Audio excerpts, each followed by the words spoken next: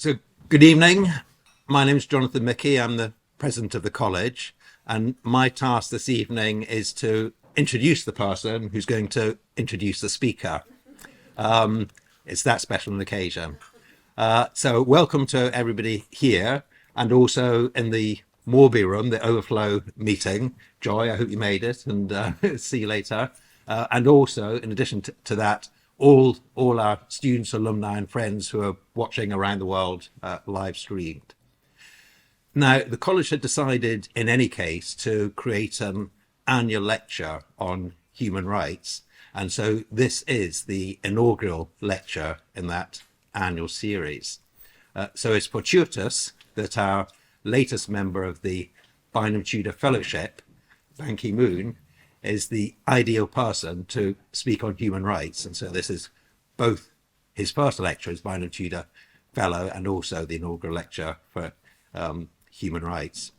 So to introduce the speaker, we've got the university's Professor of International Human Rights Law, Professor Nazili Ghana, who is a long-standing fellow of the college and would have been introducing the speaker in any case, being Professor of International Human Rights Law, but is particularly well placed to introduce this evening's speaker because Naz, as well as being Professor of International Human Rights Law, has also been made a United Nations Special Rapporteur on freedom of religion or beliefs.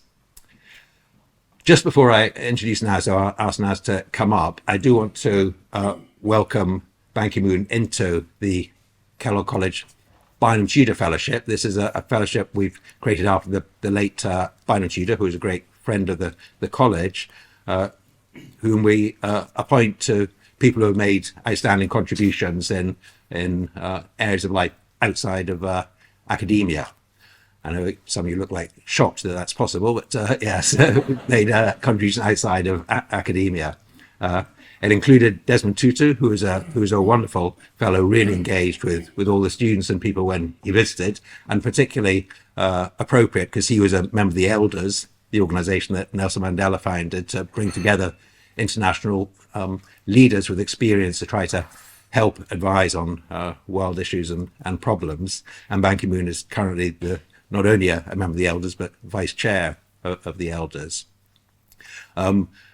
As we may hear, when Ban Ki-moon was Secretary General of the United Nations, on top of everything else, he also created United Nations Women's Organization to help promote, develop the United Nations work on gender equality and women's emancipation. And an outstanding executive chair in that role was Phumzile Mlambo Nkaku, who is also a Bynum Tudor fellow, so you'll be reunited with another good friend of yours in the fellowship. I'm delighted to say we've got one of our other Bynum Tudor fellows here this evening, Sir David Brown, formerly chair of Motorola, now chair of Bletchley Park Trust, which Bletchley Park, as you know, is where Alan Turing and others broke the codes during World War II, and in that sense certainly contributed to defending and promoting human rights globally.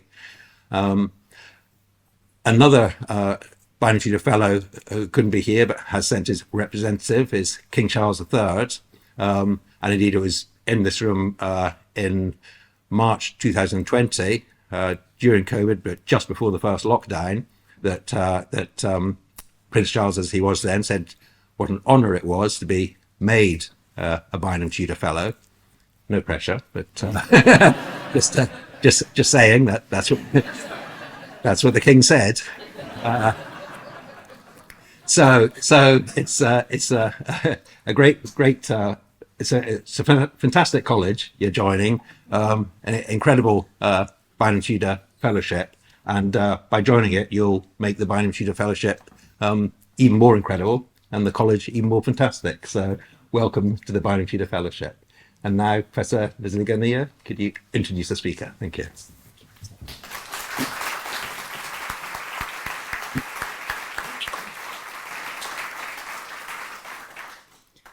It's an honor and a privilege to introduce Mr. Ban Ki-moon at Kellogg College today. Thank you, Jonathan, for passing this honor on to me. As the 8th UN Secretary General, he served 2 consecutive terms tirelessly from 2007 to 2016, stepping into the role from being the Foreign Minister of the Republic of Korea. Foreign Affairs and Trade, the Minister of Foreign Affairs and Trade of the Republic of Korea. We all remember the 2007 to 2008 financial crisis, Mr. Secretary General, and that must have been a very hard year to have started your tenure. Throughout his tenure, Mr. Ban strove to be a bridge builder and to give voice to the world's poorest and most vulnerable people, to make the UN more transparent and effective.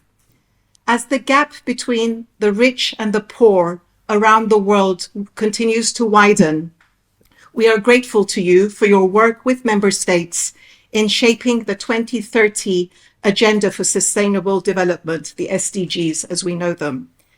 And we know that you continue to work in this field. As is mentioned on the UN page, you state that you grew up in wartime.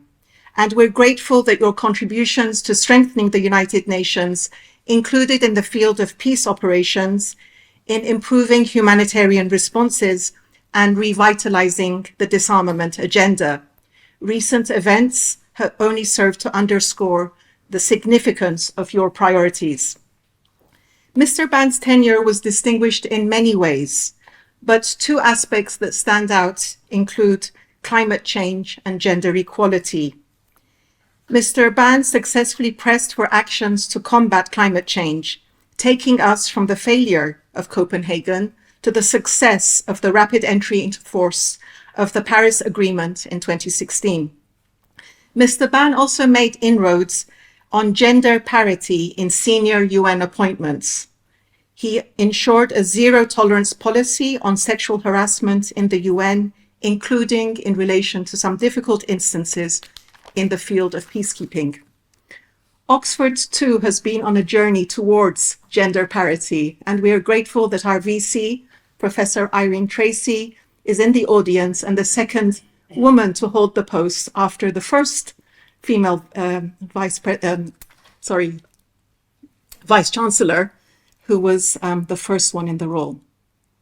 Mr. Ban, as Jonathan mentioned, brought into being UN Women, an entity that has now established itself as core to UN efforts towards gender equality and women's empowerment.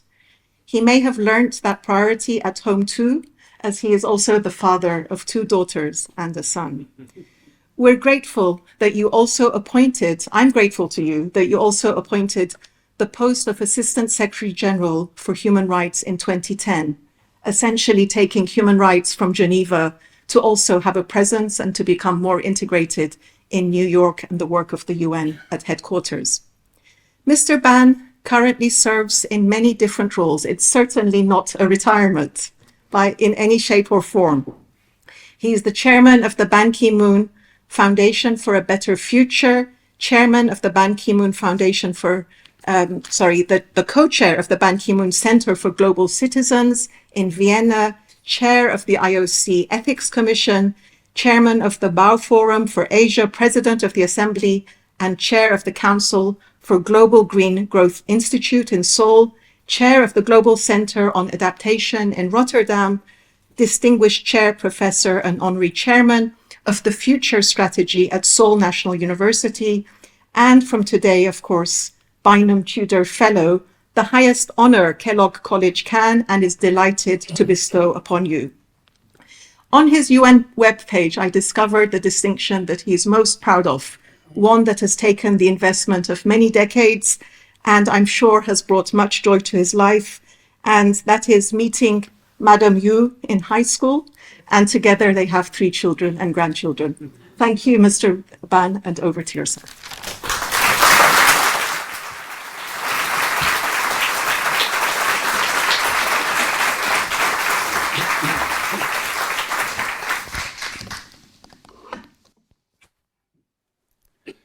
Thank you, Professor Nazrullah Kane, for your very kind introduction. Professor Irene Tracy, Vice Chancellor of Oxford University and Kellogg Fellow, Professor Jonathan Mitchell, President of Kellogg College, Professor Miles Allen, Director of Oxford Net Zero, distinguished guests, ladies and gentlemen. Today, I am deeply honored to join Kellogg College's Bynum Tudor Fellowship here at Oxford University. Particularly, I am filled with pride to join the other dynamic Bynum Tudor Fellows at Kellogg College. Above all, I'm very delighted to see that His Majesty King Charles III is one of the Bynum Tudor Fellows. In addition, I had the pleasure of working alongside Dr. Phumzile Mlambo Nkuka when she was the Executive Director of UN Women. I'm also impressed to hear that Sir David Brown, his role as a chair of the Bletchley Park Trust, which I know Kellogg College has a special connection with. Indeed, Alan Turing and the other brilliant code breaker at Bletchley Park played a huge role in protecting human rights globally, at that time advancing the victory in the Second World War. So I do believe I'm in good company here. Thank you very much.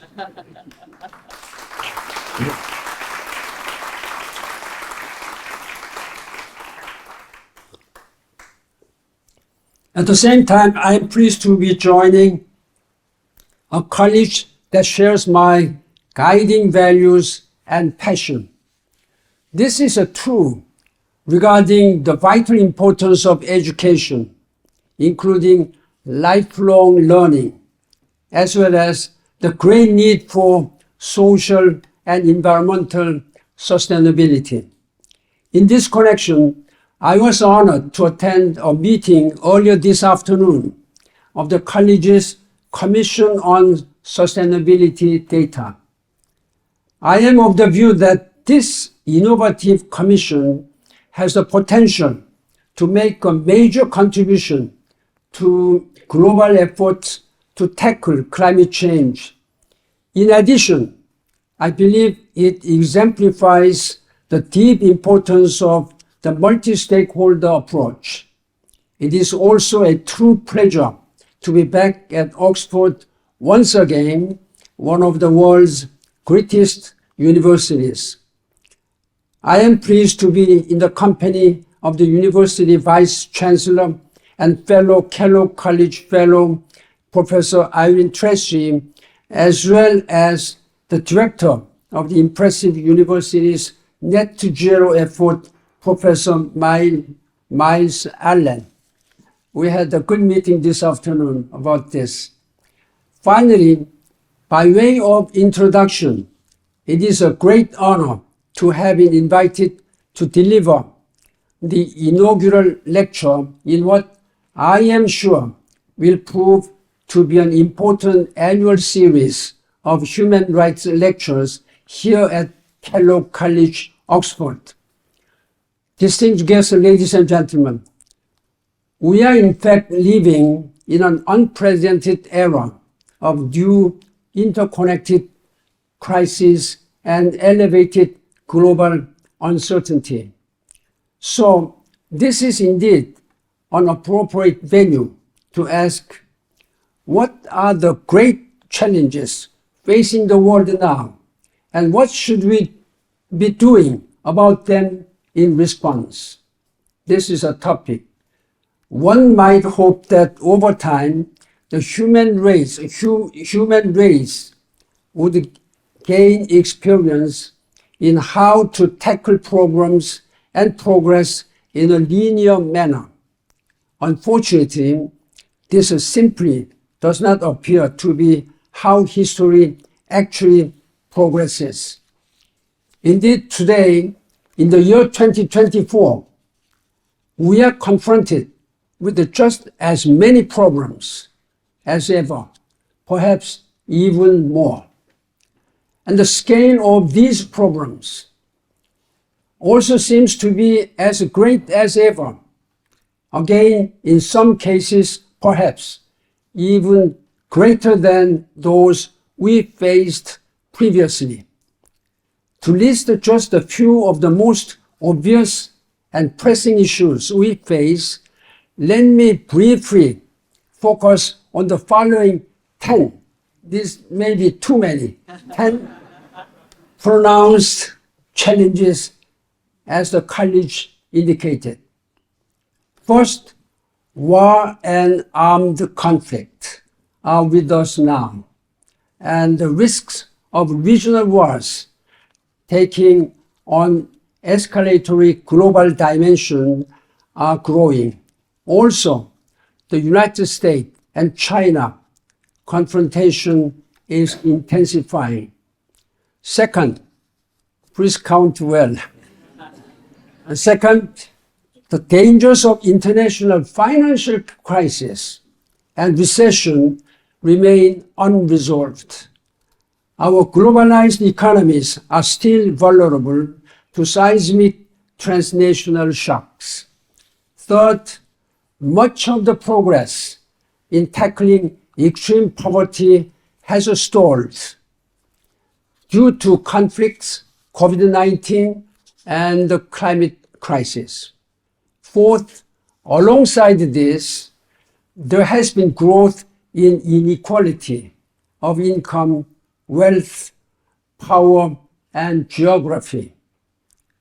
Fifth, human rights abuses continue to be unabated all across the world.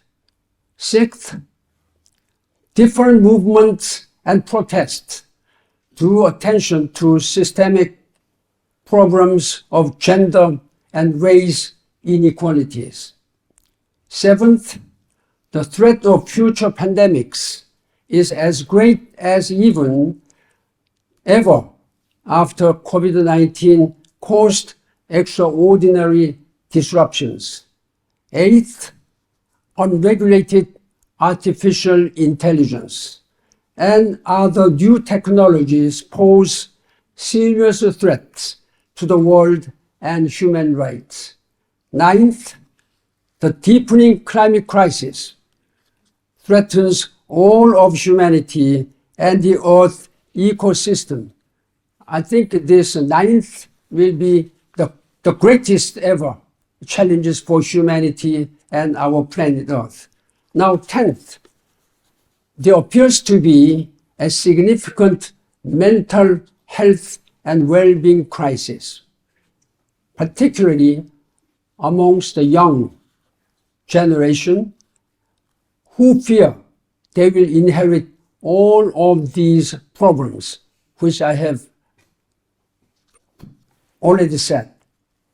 In a moment, I will reflect on how some of these issues were confronted while I was serving as the Secretary General of the United Nations.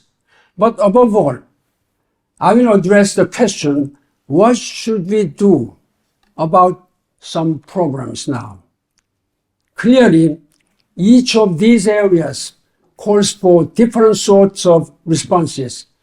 But in my experience, one can say that in most cases, there are certain fundamental requirements to do.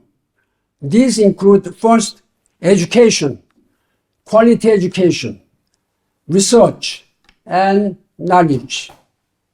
Second, international cooperation, research and international cooperation, partnership, and action. Third, mass mobilization and protest. Fourth, tackling vested interests and confronting impunity. And fifth, quiet diplomacy behind the scenes. Why quiet diplomacy? Maybe I will try to answer my own way. In this connection, please allow me to now turn to my experience of dealing with those global problems. I had the great honor of leading the United Nations for 10 years, for 2 terms, 5 years each, from January 2007 and to December 2016. Yet, the beginning of my tenure was certainly very difficult. On October 9th, 2006, the very same day when I was about to be elected as a Secretary General of the United Nations, North Korea shocked the world with its first nuclear test, which caused a 4.2 magnitude earthquake on the Korean peninsula and led to swift global condemnation. This nuclear test by North Korea was not coincidental. It was very carefully measured just to prevent me from being elected as the Secretary General of the United Nations. The member states of the United Nations are not fooled. They realized that then they just took immediate action. The Security Council unanimously adopted resolution electing me as a Secretary General. That was quite dramatic. It might have gone until the end of December, but they were united. We will never allow this kind of political tricks to hamper the United Nations work. I was lucky, or I was again very much in a terrible position how to deal with this as a Secretary General of the United Nations from day one. In any way, this surely was a great lessons for me as a Secretary General. I am grateful that the United Member States were not deterred by North Korean tactics to prevent me from being elected as UN Secretary General. Indeed, UN member states had shown their firm commitment and sent a strong message to North Korea. Their ill intention will never be accepted. In addition, soon into my term came, unfortunately, international financial crisis of 2007 to 2008. So you may imagine how terrible I felt since the day one of January 1st, 2007. Indeed, the financial crisis represented a true test during my first term as a Secretary General. At the international level, the financial crisis dangerously conjoined alongside existing food and energy crisis to form a triple global crisis. The key actions in 2008 and 2009 centered on strong global leadership and the guiding importance of multilateral cooperation. As global markets imploded, there was a robust international response to prevent further free fall and reinvigorate the world economy. G20 Leaders Summit was established in response, and decisive action by heads of state of the world's largest economies alongside the United Nations was critical in paving the path toward recovery.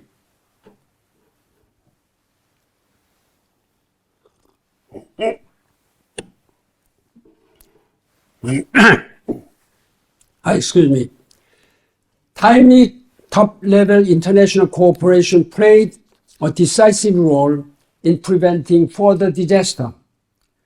Countries largely heeded my calls to resist protectionism not turn away from existing development commitment and invest in resilience building to combat the fragility of the most vulnerable. But despite this difficult start, I'm of the view that we did make notable progress during these 10 years. Indeed, there was a welcome degree of international cooperation in tackling the 2007 to 2009 financial and economic crisis, preventing it from developing into a full-scale depression, as had happened in the 1930s. Then Prime Minister Gordon Brown played an important role as a chair of the G20 summit. That was the second G20 summit hosted by the United Kingdom. At that time, I had a very close coordination with Gordon Brown as a Secretary General. And there was an agreement that few $100 billion would be mobilized. When then Korean President was attending this G20 summit, I appealed to international community. We need at least a few $100 billion. And that's what Gordon Brown announced. Then my president, Korean President Lee Myung-bak, he told me that I thought the Secretary General of the United Nations was a very distinguished position, but you are the biggest beggar asking for that money. You are the biggest beggar. This is what Korean president told me in private. That much, I think we were trying to mobilize and save international community from this financial crisis. It is unfortunate that this degree of international cooperation was not sustained. Soon they forgot all about. When they had some money, most of the world leaders, G20 leaders, their attention was paying to other areas.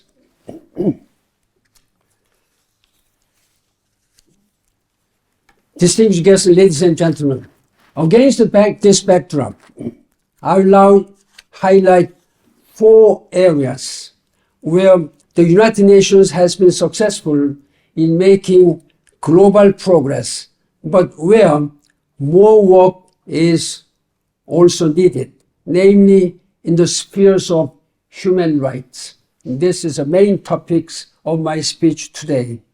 And also Sustainable Development Goals, UN Women, women's empowerment, and tackling climate crisis. Those are still continuing global crises, which all of us should work together. First, on protecting and promoting human rights. We did make progress mostly through quiet diplomacy and mainstreaming new global norms.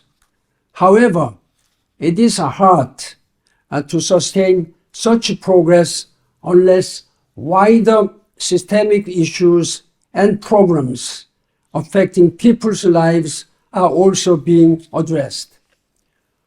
With the failures of the international community vis-à-vis Rwanda, Bosnia, in my mind, I worked tirelessly during my time as Secretary General to elevate human rights and humanitarian protection for all.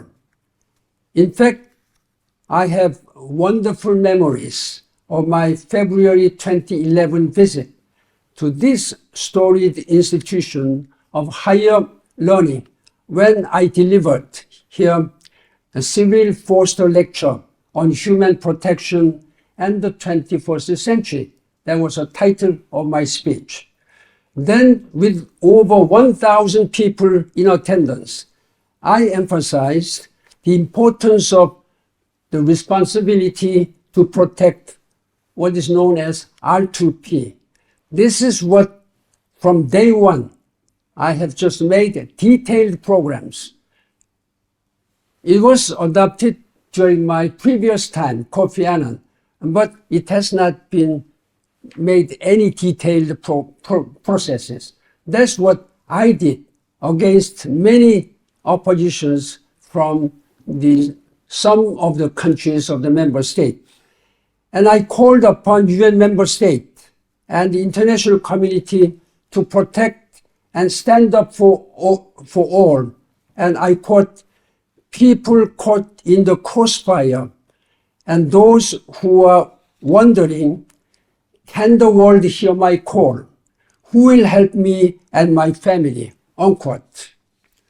Now, 13 years later, as new destructive wars and conflicts in Ukraine, Gaza, Sudan, Myanmar, and elsewhere are upending human security, precipitating historic levels of displacement and violating human rights, I feel my words at Oxford at that time must be reiterated once again today as we stand a pivotal juncture. Second, during my decade-long tenure leading the United Nations, I brought the entire world together to agree to the UN Sustainable Development Goals with the 17 goals. Adopted by 193 member states in New York, September 25th, 2015, the SDGs offers us a way forward to solve our most critical issues. These include abject poverty, hunger, health, human rights, education, inequality, climate, gender equality, and several others. These programs provide humanity and our planet with a collaborative blueprint to ensure the future we want. I believe that it is also important to win global support and realize the SDGs to ensure that people across the world can enjoy human rights in the broadest sense, including economic and social rights. The SDGs themselves were designed to be underpinned with a rights-based approach to guide holistic sustainable development process. Indeed, over 90% of all SDG targets overlap with normative human rights obligations. Notably, this includes tackling extreme poverty. This is critical since if millions are living in extreme poverty, their rights are inherently limited by this very fact. SDG goal number 1, end poverty in all its forms everywhere, like other 16 SDGs, is especially informed by related human rights instruments. These include rights to life, the right to an adequate standard of living, the right to social security, and equal rights of women in economic life. Just simply said, I can tell you that by 2030, there should be nobody who should suffer from abject poverty. There should be nobody who should die unnecessarily from preventable diseases.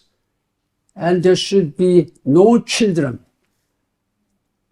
school-aged children, who should not be able to go at least middle school. We are not talking about higher level, like a university. We are simply asking all school children, minimum middle class, middle school, but there are still many millions of young children. If you go to Africa and some other areas, you will see many children wandering around on the street. I was wondering why they are there in this broad daylight without going to school. And there should be no discrimination between men and women. These are 5 principal targets of SDGs. Then after that, there are many means how to make our life better.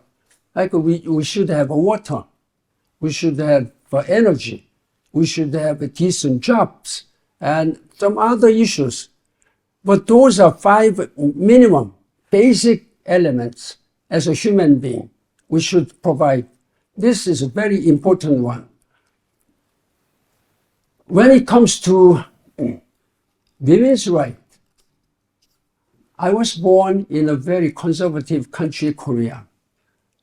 During my time when I was young, women in Korea, their places were not anywhere. Very strictly Confucius-related, very conservative countries. But many people ask me, you were born and you were grown up in Korea, then why you are talking about all this women's right? Women's right is a human right. Human right. This is what I have been saying. When there is, you may know, she's a British Margaret Anstey. You should know. She was the first woman who has risen to the rank of Under-Secretary General, Secretary General, Under-Secretary General, or Deputy Secretary General. So there is one Secretary General, one Deputy Secretary General. And under this, there are some Under-Secretaries General. They are mostly the head of all departments. Margaret Anstey became the first woman in the world who has risen to the rank of Under-Secretary General. I met her in United Kingdom. She already retired from the United Nations. First time, then she came to meet me. Then she gave me a book. The title of her book, you can check Google. Do not learn to type.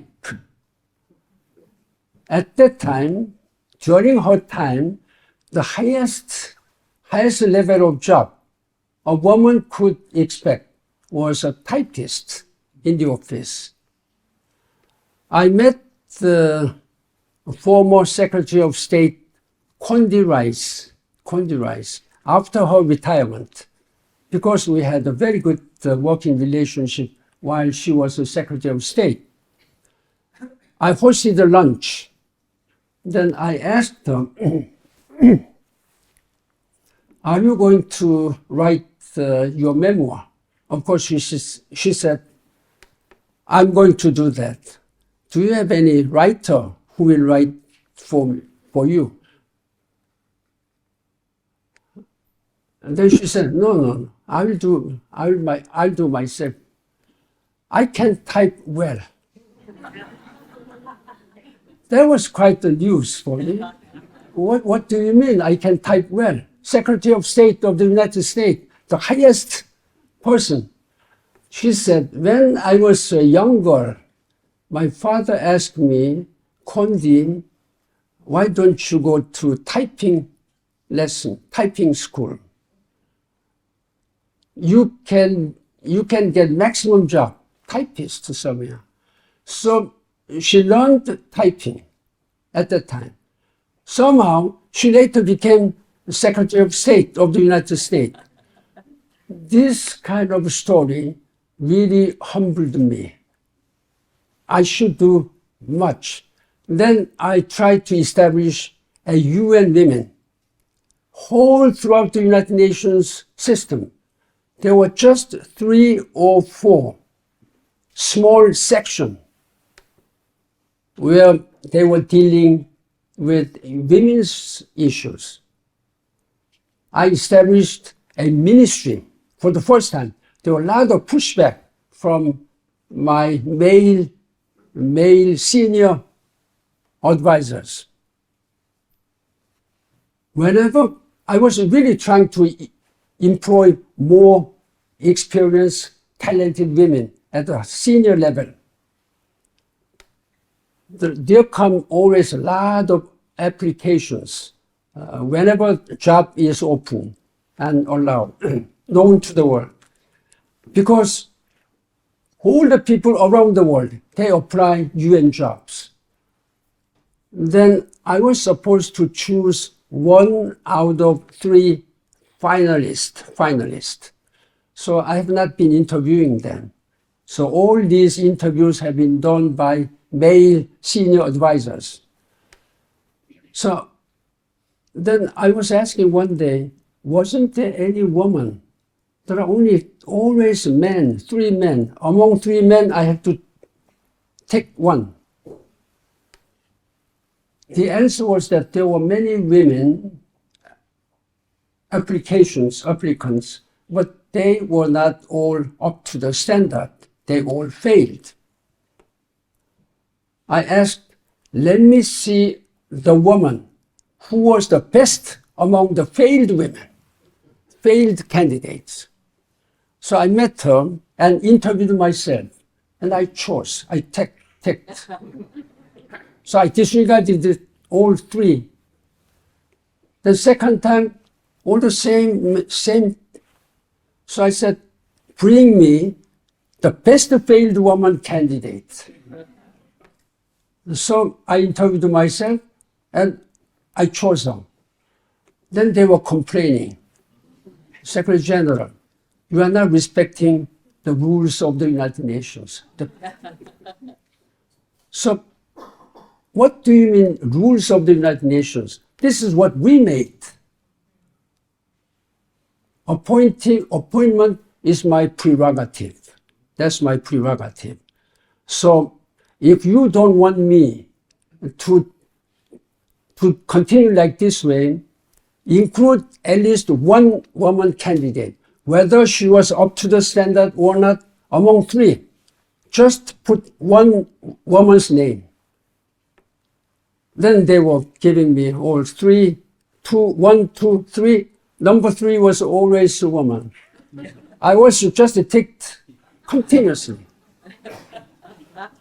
Then they realized that I was very firm. Then I wanted to find another places where women should be really showing their capabilities, talent. The soldiers, military soldiers, UN peacekeeping soldiers. I wanted to have a Norwegian general, major general, as head of UN peacekeeping operations in Cyprus. In Cyprus, there was no fighting. It was a rather very peaceful place. I just wanted to appoint her.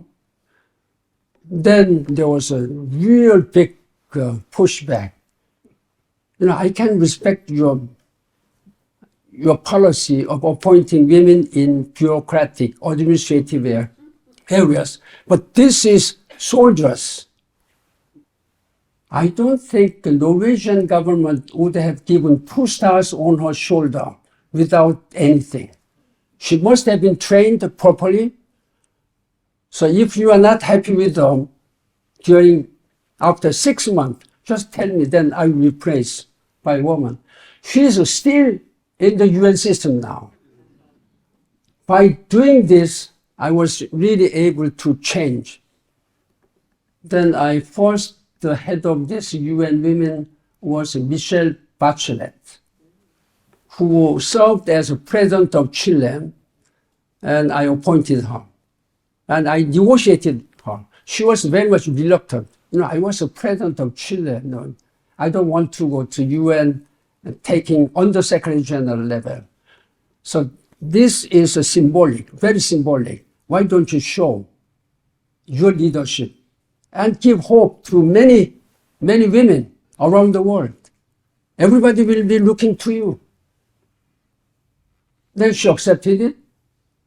After some years, she went back to Chile and ran for the president again and became second time. Then she came back again to the United Nations. She served as the Undersecretary General for Human Rights. By Miss Fumjille, Umlambo Unkaka, I expected that she would be here. She was a vice president of South Africa. So I really wanted to somebody from African continent. And I appointed her as a successor to Michelle Bachelet. So she is also very much, able and wonderful woman leader. In any way, these are some stories which I really wanted to tell you that I was very passionate and very strict. And this is what we are now having many proudly working women staff at the United Nations, working for peace, working for development, working for human rights in every aspect of the United Nations. In any way, let me continue. The fourth, this is about the climate change agreement. While much has been achieved in developing renewable energy and scaling it, there is so much more to do for us, most particularly in regard to urgent reduction of greenhouse gas emissions, CO2, and other. This, we must make sure that by 2030, 43% of global greenhouse gas emissions should be erased, and by 2050, completely zero, net to zero. In that regard, I'm very much happy to see that having participated in the meeting this afternoon, that Oxford University is now going to lead the campaign, this campaign, at the level of educational institutions. I told the members, participants, Oxford is Oxford. When Oxford University leads this campaign, then I'm sure that all other higher educational institutions, they will really try to do their own net to zero campaign. So I really applaud Oxford net to zero campaign program. I'm sure that you will be the champion in leading, and all educational institutions join this net to zero campaign. I have been famously, repeatedly saying that we don't have a plan B, because we don't have a planet B either. There is no other place for us to go, to move, if we cannot live in this planet Earth. As such, we need elevated ambition, action, and political will. I think among this, political will is most important. Of course, we need to do all scientific issues, economically and scientific way, to address climate issues. But if the political will is lacking, you cannot raise any money, you cannot raise any resources. That's why I'm really asking political leaders to demonstrate their political leadership. But mostly, unfortunately, political leaders, their attention is somewhere else. Whenever I was asking the president, prime ministers, please do this, then Secretary General, I will do my best, I will help you. But let me be first re-elected. If I'm not re-elected, I cannot help you. I'll be just nothing. What can I say when they respond that way? So I'm again asking political leaders, do their global work instead of being interested in re-election. Anybody can replace that. they should not think that they are the only one who can lead the country. There will be many different capable people who will be elected by the people.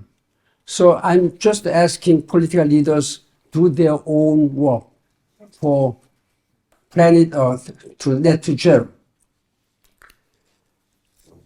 Earlier in my remarks, I listed 10 of the major issues, problems, and crises humanity and our planet are facing. One of these dangers arrived in the rather dramatic fashion after my tenure at the United Nations. That is COVID-19 pandemic. Again, we should know that COVID-19 and other viruses, why it happens? Because we have been abusing all these natural privileges which we have been enjoying. As biodiversity and habitats are destroyed due to environmental damage, wild animals have increasingly come into closer contact with humans, and as a result, more and more novel viruses and pandemics have spread. Indeed, nearly all of the viruses that have emerged in the 21st century, from SARS in 2003, Ebola 2014, to COVID-19 today and a few years ago, share the characteristic of being common infectious diseases that have jumped between animals and humans. Now the pandemic phase of COVID-19 seems to be over, but what about the next global pandemic? Are we better prepared now for the next pandemic? In many parts of the world, the answer is no. We are not yet ready. After having such a terrible pandemic crisis, at least 4 years, we do not seem to have learned the hard lessons, and we are no better prepared today than we were when COVID-19 first spread exponentially around the world.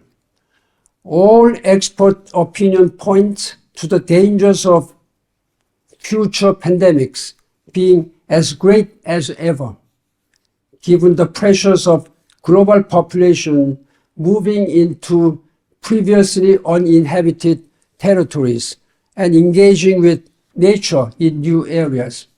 I take this opportunity to congratulate Oxford University for both how this university committed itself to developing a vaccine at such impressive speed, and crucially, reaching an agreement with AstraZeneca to distribute the Oxford COVID vaccine globally on a not-for-profit basis to ensure it was affordable. And I really appreciate and congratulate the scientists, professors who have developed and made this vaccine, COVID-19 vaccine. Indeed, we are now witnessing new threats and emerging challenges to human rights and other universal values in every corner of the globe.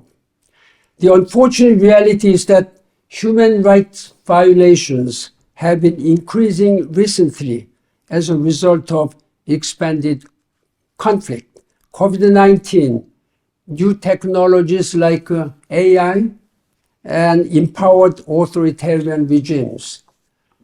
The sheer degree and depth of potential impact of such challenges exemplify the interrelated nature of the nexus between peace, development, and human rights.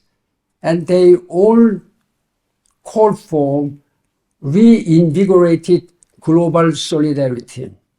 This is particularly vital as human rights constitute the building blocks that underpin inclusive, resilient societies. Human rights protect us all, including during conflict. They offer a pathway to durable peace and post-conflict reconciliation, justice, and sustainable development. They are positioned at the top of our toolbox for countering terrorism and violent extremism. And they form the basis of peaceful, resilient, inclusive, and empowered societies in which all people everywhere enjoy both dignity and opportunity. Unfortunately, however, millions of people around the world today are suffering from unfathomable human rights abuses.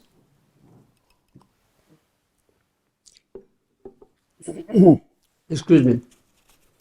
From Ukraine to Gaza, to North Korea, to the Democratic Republic of Congo, to Myanmar, to Sudan, and beyond and elsewhere.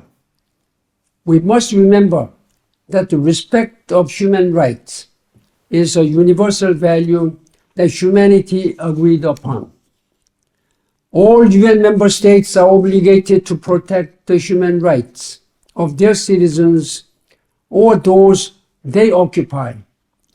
Indeed, it is their fundamental duty based on the United Nations Charter and Universal Declaration of Human Rights.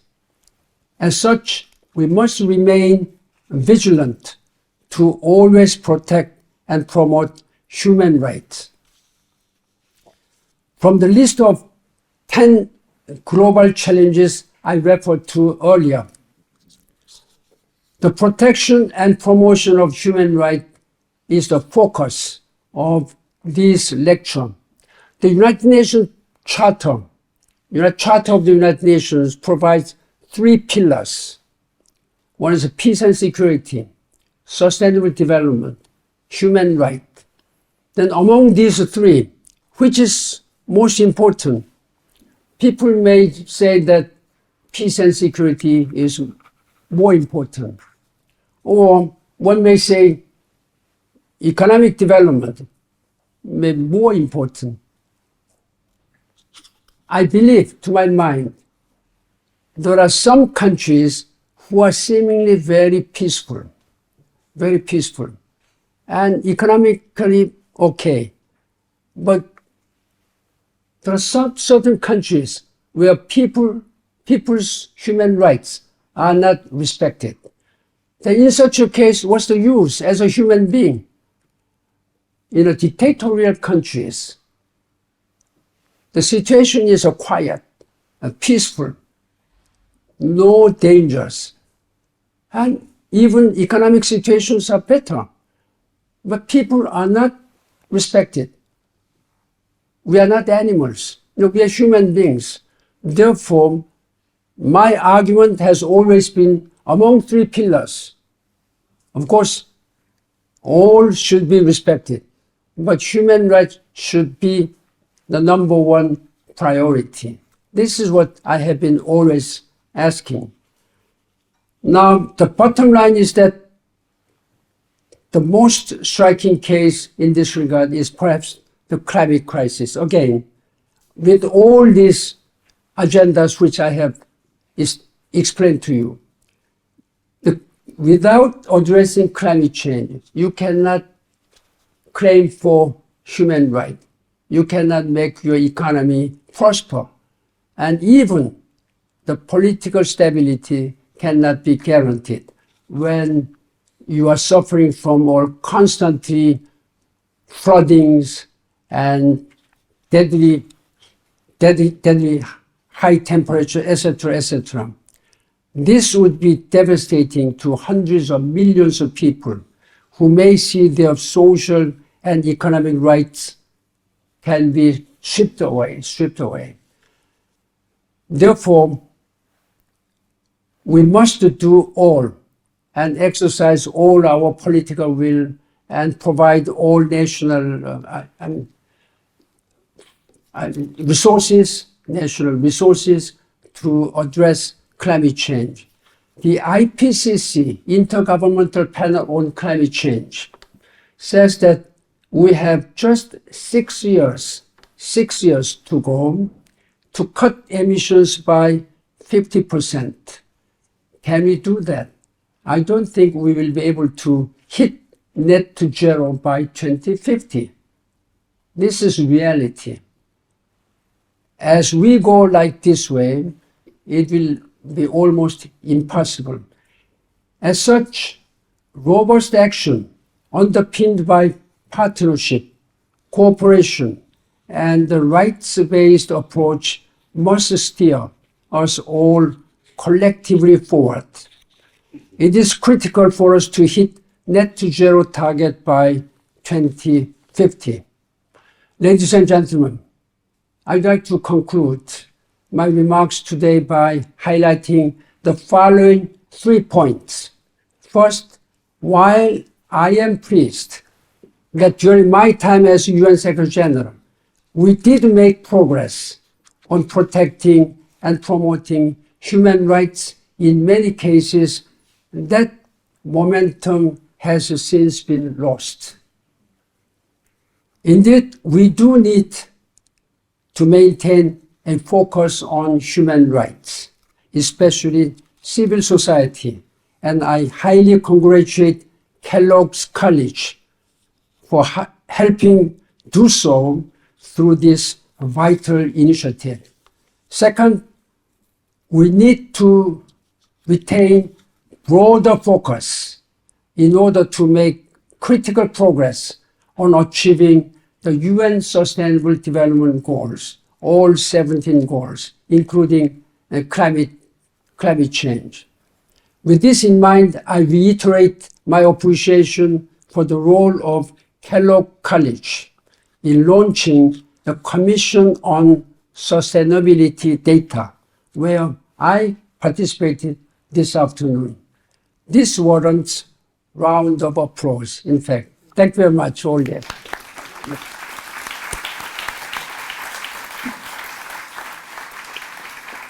And finally, I'd like to briefly reflect on my lessons learned over the years. I believe that those 10 years during my time were marked by many successes, and these successes were the result of hard work of all those who work for the United Nations and of the many millions who support those efforts, whether governments, NGOs, private sector, universities, or other parts of civil society. Against this backdrop, again, ladies and gentlemen, and noting the inherent interrelations between United Nations' 3 pillars, peace and security, sustainable development, and human rights, it is imperative for the international community to reaffirm human rights for all. And young people, right advocates, and great universities such as Oxford can lead by example, including by speaking up in the face of grave violations and impunity. We must come together in greater solidarity and urgency. We must find our common humanity. We must redouble efforts to live up to the guiding ideals of the UN Charters and its pledge to save succeeding generations from the scourge of war. And we must enhance the protection of civilians during conflict, as well as refugees that those conflicts make. And we must strive to better emphasize prevention as a mechanism to address armed conflict and sufferings. We must recommit to upholding and protecting human rights for all, as well as seeking truth and reconciliation. And we must go further in bolstering international justice system and accountability in the face of grave crimes as well as atrocities. As such, I humbly call upon all of you to harness your efforts to enhance cooperation, partnership, and empowerment in working to improve human rights for all, including those caught up in various bloody crossfires around the world. And I appeal to all the leaders and governments, particularly those holding permanent seats on the UN Security Council, to better reaffirm humanity's faith in the fundamental human rights, dignity, and worth of each person as envisaged by United Nations Charter.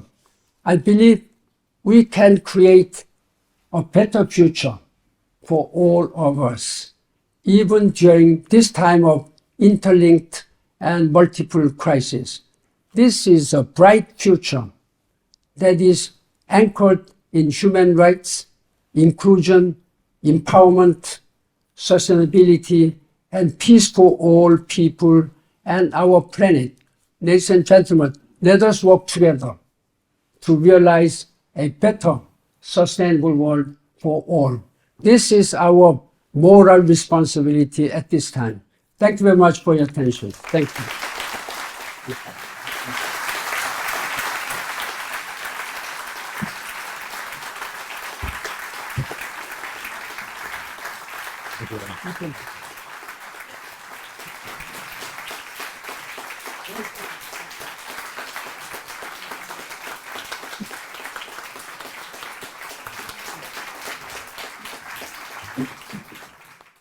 Well, thank you very much indeed, Ban Ki-moon, for a fantastic talk, which was informative, thoughtful, and inspiring.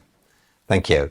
I'll throw it open for questions now, but just before I do that, I do need to pass on Phumzili's apologies. She's in South Africa. She did want to be here this evening, but couldn't rearrange her diary to manage it. But next time we'll make sure you're both here. So I'll open it up for questions. Yeah. Oh, do you need a microphone? Have people got microphones? So my name is Graham Jones. I'm very proud to be a member of this college, which in its diversity is a mini United Nations, and extraordinarily proud to be able to listen to your inspiring lecture this evening. Some in the audience won't be aware that the work of the United Nations is promoted through networks of local branches of the United Nations Association. Oxford has had a branch of the UNA since the 1970s, and I've been privileged to be on its current committee. So what advice would you give to the members of the local UNA committee on how best they can support the work of the United Nations, which has never been more needed? Thank you. Thank you very much. There are many United Nations associations around the world. My understanding at this time, there were very heightened times when United Nations Association were actively engaging. Then depending upon where you go, I believe that United Nations Association in United Kingdom has been very active, still active. They are the group of people who are taking leadership role, whether formerly political leaders or business leaders, academic leaders, or civil society leaders. This is a very good system, very good talented persons. They can be a great support for United Nations. United Nations can do all alone. We need the strong support. That's a partnership. So I'm fully encouraging the UNA's efforts to work for the betterment of our society, and also upholding all United Nations Charter provisions. So please go on. And I, as a Secretary General, I attended 2-3 times, if my memory serves me correct, the meetings hosted by UNA United Kingdom. Thank you very much. Right. Mike down here. Thank you very much for all your work that you did advancing women's rights and generally human rights. One gap in the safety net of human rights treaty protection is the rights of older people fleeing from armed conflict through to those marginalized in a wide range of situations. And I wondered whether the Committee of Elders, with its, if I may say so, unique experience of living an older life, has considered supporting the work at the UN to move towards a treaty protecting the rights of older people. There are many systems or institutions, many even laws. Frankly speaking, however perfect the laws or regulations or systems may be, there are certain loopholes always. But we should not complain about these loopholes of systems. We should really try to amend and try to use our ideas to maximize. So this is what, when it comes to human rights, of course there are many problems. We cannot ensure that the human rights of all the people are protected. We cannot cover all this. At the same time, we have many good systems, like when United Nations cannot enforce their charter provisions to protect the human rights, there are many international systems. For example, ICC, International Criminal Court. And there are many other such systems which can really be a subsidiary role to ensure our human rights ensured. But there is a saying that even king cannot take care of all the people around the world. At that time, when I mean king is almighty. Even almighty people cannot do it. Therefore, we have to really work very closely, make some associations among the related organizations, social organizations. By doing that, we can really minimize the weak points of our system. No system is perfect at this time. So my answer may not be sufficient, may not be satisfactory to you, but this is a reality. Thank you. Yes.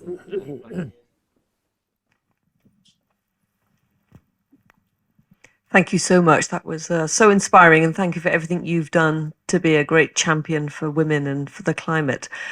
I would be interested in your thoughts and reflections, and also maybe the inside thinking currently in the UN around artificial intelligence and how that challenges our very concepts of human rights, particularly the rights of robots and computer systems that will be increasingly super intelligent and making decisions for us.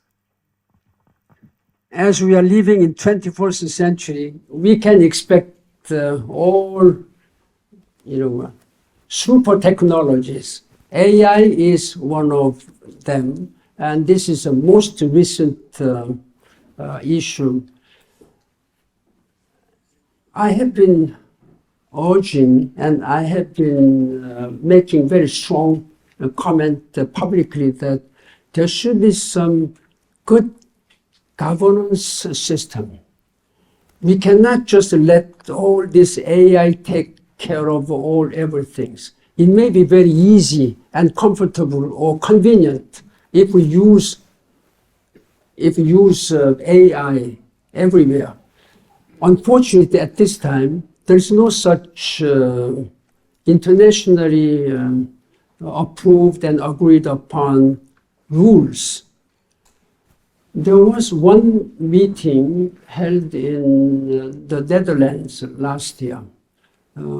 I was approached to help that, but I was not able to participate. There was some higher level meetings, official level, organized by Dutch government. And there are many such issues now, argument and support for having some international law regulating this spread of AI irresponsible way, in a sense, a dangerous way. It can spoil everything. Therefore, we must make sure that, for example, it's not exactly the same thing when the world leaders agreed upon on NPT, Nuclear Non-Proliferation Treaty. Even though it has not been perfectly 100% okay, but it has been rather well regulating the spread of nuclear weapons. Of course, there are some countries outside of this NPT. North Korea is one, Israel, or like Pakistan. India is not a party to NPT, but through a wider net of this NPT, so we have been able to regulate the irresponsible use and nuclear testing, except the case of North Korea now. North Korea is the only one who has been testing without any international punishment but so far we have been really able to regulate these nuclear weapons. Likewise, we should have that kind of international governance system. I understand that the member states are now working on that, and I hope that the sooner, the better. Yeah, thank you. Yes, there's one here. First of all, thank you very much for your insightful presentation related to various issues and titles. And these days, United Nations role is a little bit, slowed down, partly because a lot of communist countries conduct provocative actions such as invading some countries, especially Ukraine war caused something serious problems such as killing a lot of innocent people. In this viewpoint, what is the best way to that the United Nations should, take against the kind of provocative actions? And do you think North Korea's nuclear threat might be solved through the trilateral relation between Korea, United States, and Japan's alliance? Thank you. During my 10-year service as a Secretary General, and this has been always a top important issues, how to reform the United Nations so that United Nations will be able to address all the issues which are now happening in this world. But unfortunately, there has not been much progress in reforming the United Nations. When you talk about reform of the United Nations, normally we talk about how we can really strengthen and regulate this Security Council, the way of decision making. Then in such a case, we need to revise the Charter of the United Nations. But amending this Charter of the United Nations has become almost impossible. There have been a lot of ad hoc committees or, to try to amend and improve the way United Nations make a decision. I'm also very much disappointed that the international community has not been able to agree on anything. So this charter has been amended just once since the creation of the United Nations, when they expanded the number of Security Council member states to 15.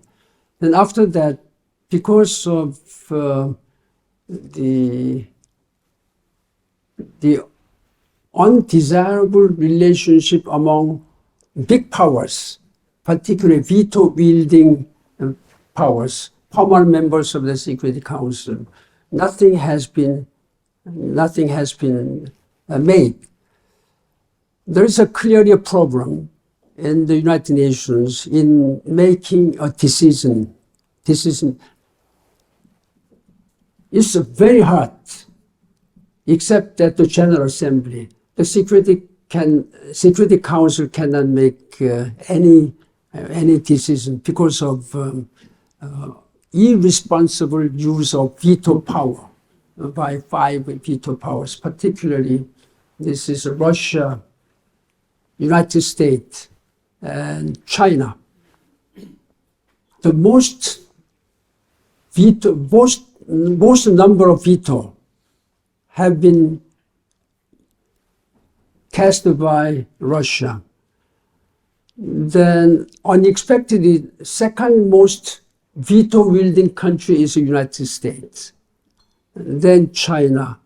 The United Kingdom and France have almost not used the veto powers, except very few. So this is really a source of frustrations as a former Secretary General, not only myself, but whole member states. So that is one thing. Then if I may add one thing, which is totally unacceptable way of decision-making processes at the Security Council. There is a charter provision, so we can accept the charter provision that P5 can exercise their veto powers. The Security Council cannot make any decision. Then they have invented some other, statement of the Security Council President, presidential statement of the Security Council. This requires 15 unanimous votes. All other non-veto wielding powers can also exercise vetoes. Just one country can veto it. So Security Council cannot make any presidential statement. Then going down, there is a press statement. At least the Security Council should be able to express some views about a certain issue. If they cannot make any decision, then the minimum is a press statement. Press statement also requires 15 votes, absolute unanimity. Then number one priority was, Security Council decision, resolution. It requires only 9 votes. So what kind of relevance and logics? There is a complete no logic when the most important decision can be made by 9 votes. The lesser important 2 decisions must be made by all 15 votes. They cannot change this one. This is reality. So you cannot blame Secretary General. But unfortunately, poor Secretary General, all this kind of complaints came to me as a secretary. What are you doing, Secretary General? But I couldn't do anything. There is only one small improvement. When the veto power countries exercise a veto power, then within 10 days, they have to explain why they cast veto power at the General Assembly, before the General Assembly. This is only small improvement just to make them a little bit, sorry. They have to explain why I had to cast veto. That's only one small improvement. So let us hope for the best, but they should really realize that they cannot go on like this way. This is a very irresponsible on the part of P5 countries. United Kingdom is also included, but UK has not cast many times, very few. So UK and France, they have been really making reasonable decisions, while three others, they were always casting veto powers. So I'm not complaining, but I made this one formal proposal to the United Nations at the General Assembly in my capacity as Secretary General. You must change this one. But nobody listened. This is what had happened. I'm sorry to tell you. Okay, thank you. Okay. I'm very sorry too, but I'm very sorry too, but I'm afraid we're out of time. However, there are drinks outside, so those of you who haven't had a chance to ask your questions yet, you can ask them in a moment to Ban Ki-moon outside. Before that, I should say on the question of global regulation of artificial intelligence, the UK government did convene a meeting at Bletchley Park, famously where Rishi Sunak interviewed Elon Musk. But apart from that, it was quite good. Actually, the plan is to have a series of these, and the next one is going to be in South Korea. So we have high hopes for that one, at least. Now, please join me in thanking Ban Ki-moon for his unbelievable.